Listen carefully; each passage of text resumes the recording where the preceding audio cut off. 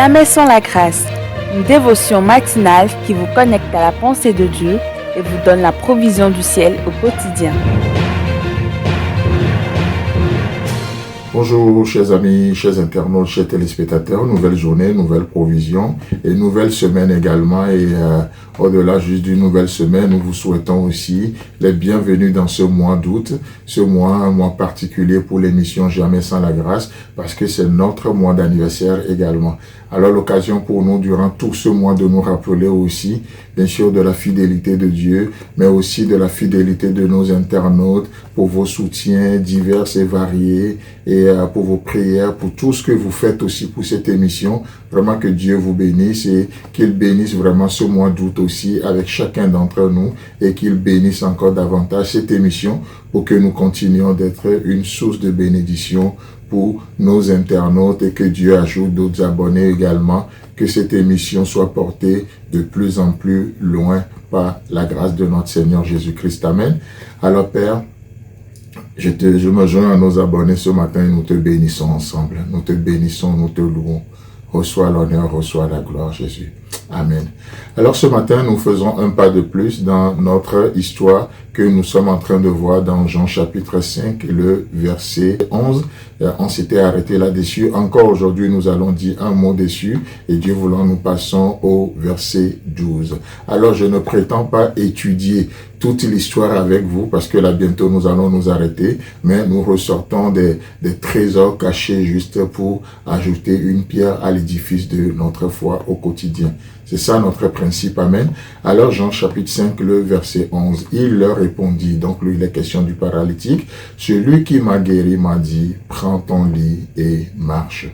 Prends ton lit et marche. Donc on a vu que celui qui nous a guéris, celui qui nous a sauvés, celui qui s'est livré lui-même pour nous, il continue de parler, il parle encore. Amen. Et du coup, quand je lis cette histoire, la façon dont les pharisiens ou les juifs s'opposent à ce paralytique qui a été guéri, sous prétexte que c'est le jour du sabbat, ça me rappelle une autre histoire dans l'évangile selon Jean toujours, mais cette fois-ci au chapitre 9. Et là, il est question d'une histoire d'un aveugle né. Et cet homme, Jésus va le guérir aussi un jour de sabbat.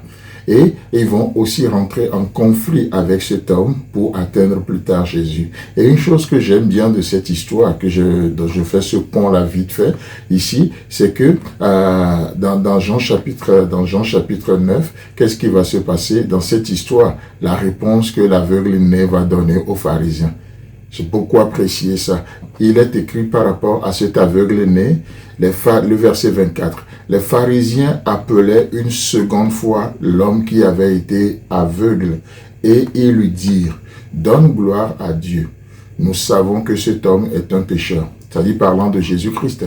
Donne gloire à Dieu, mais au moins Dieu a utilisé ce pécheur, mais pour faire ce qu'il a fait. Mais j'ai beaucoup aimé la réponse. Devant l'intimidation, devant le mépris des pharisiens à l'égard de Jésus et l'intimidation vis-à-vis de cet aveugle né. Au verset 25, écoutez la réponse de l'aveugle. Il répondit, s'il est un pécheur, je ne sais. Je sais une chose, c'est que j'étais aveugle et que maintenant je vois. Waouh! J'ai beaucoup aimé la simplicité de sa réponse. Vous savez, parfois, je ne sais pas quand est-ce qu'on disait ça, mais on se perd trop dans des argumentations. Un sceptique restera toujours sceptique. Mais cet aveugle a décidé de ne pas, c'est-à-dire son but n'est pas de prouver qui était Jésus, s'il était Dieu, s'il ne l'est pas, s'il est ceci ou pas. Mais cet aveugle il va concentrer son témoignage sur sa vie. Et il dit, pour ce qui concerne cet homme, s'il était pécheur, s'il est un prophète, peu importe qui il est, moi je n'en sais rien. Mais une chose est sûre, je sais que j'étais aveugle et maintenant je vois. Une chose est sûre, je connaissais que j'ai un passé et aujourd'hui j'ai une espérance. Je sais une chose, j'étais aveugle et maintenant je vois. Waouh, chers amis, je crois que ça c'est le meilleur des témoignages qu'on peut donner, un avant et un après. C'est ça qui marque qu'il y a un changement dans nos vies. Ça marque vraiment qu'il y a un changement.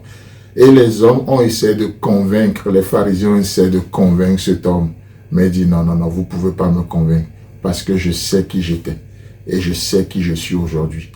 alors c'est que quelqu'un est passé dans ma vie. C'est que quelqu'un a marqué ma vie. Et je prie que ça soit votre témoignage aussi, chers amis, chers internautes, qui est un avant et qui est un après. Que Dieu vous bénisse. Si vous avez aimé cette émission, parlez-en à vos amis.